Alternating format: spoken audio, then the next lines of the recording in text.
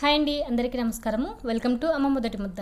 ఈరోజు వీడియోలో కాకరకాయ ఎగ్ పొరుటు ఎలా తయారు చేసుకోవాలో చూపిస్తాను. అస్సలు చేదు లేకుండా చాలా రుచిగా ఉంటుంది. ఇది అన్నం చపాతీలోకి సూపర్ ఉంటుంది. కాకరకాయ ఎగ్ పొరుటు కోసం 3 మీడియం సైజు కాకరకాయలను తీసుకున్నానండి. ఈ సైజు తీసుకున్నాను. ఇవి కొనలు కట్ చేసేసి పైనున్న గరుకు పార్ట్ని గ్రేటర్తో తీసేసేయాలి. ఈ గరుకు పార్ట్ తీయడం వల్ల మనకి కొంచెం చేదు అనేది తగ్గిపోతుంది. ఇదే విధంగా అన్ని కాకరకాయలకి గరుకుపాటు అనేది తీసేసి నీట్గా ఒకసారి మళ్ళీ కడిగేసుకొని లోపల ఉన్న గింజలు కూడా తీసేసి మనం ముక్కలుగా కట్ చేసుకోవాలి. అంటే ఉల్లిపాయ ముక్కలు మాదిరిగా కట్ చేసుకుంటే సరిపోతుంది. వీలైనంత సన్నగా కట్ చేసుకోండి. ఈ విధంగా కట్ చేసుకున్న తర్వాత వీటిని ఒక బౌల్లోకి తీసుకొని అందులోకి కొద్దిగా ఉప్పు, చిటికెడు పసుపు వేసుకొని మొత్తం మిక్స్ అయ్యేలాగా ఒకసారి బాగా కలిపి 10 నిమిషాల పాటు పక్కన పెట్టుకోవాలి.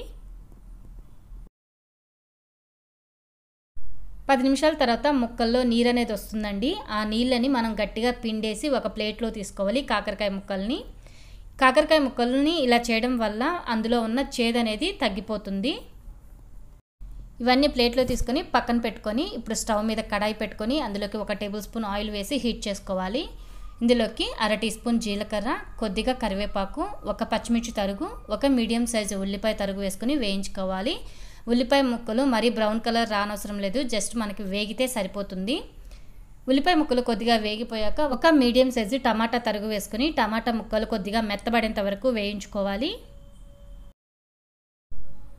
ఇందులోకి మనం నీళ్ళన్నీ పిండేసిన కాకరకాయ ముక్కలు అనేవి వేసుకొని ఒకసారి బాగా కలుపుకొని మూత పెట్టి ఉడికించుకోవాలి. కాకరకాయ ముక్కలు చాలా సన్నగా తరిగి తీసుకున్నాం కాబట్టి తొందరగానే ఉడికిపోతుంది. ఎక్కువ టైం అయితే తీసుకోదు. కాకరకాయ ముక్కలు బాగా ఉడికిపోయిన తర్వాత ఇప్పుడు ఇందులోకి టేస్ట్కి సరిపడా సాల్ట్ వేసుకోవాలి. అలాగే 1/2 టీ స్పూన్ పసుపు, 1 టీ స్పూన్ కారం, 1/2 టీ స్పూన్ ధనియాల పొడి, 1/2 టీ స్పూన్ జీలకర్ర పొడి వేసుకొని 1 నిమిషం పాటు వేయించుకోవాలి. అంటే మసాలాలు మాడిపోకుండా 1 నిమిషం పాటు వేయించుకుంటే సరిపోతుంది. మనం కాకరకాయల్లో ఉప్పు, పసుపు వేసి కాసేపు ఊరబెట్టాం కదా, ఆ నీళ్ళన్నీ పిండేసాం కదా, అప్పుడు కొద్దిగా తక్కువే వేసాను. ఇప్పుడు కొంచెం టేస్ట్కి సరిపడా సాల్ట్ అనేది చూసి వేసుకోండి. ఇప్పుడు ఇందులోకి 3 కోడిగుడ్లను వేసుకున్న తర్వాత ఒక్కసారి కలపండి. మరీ ఎక్కువసేపు కలపొద్దు. ఒకసారి కలుపుకున్న తర్వాత 2 నిమిషాలు వదిలేయండి కలపకుండా.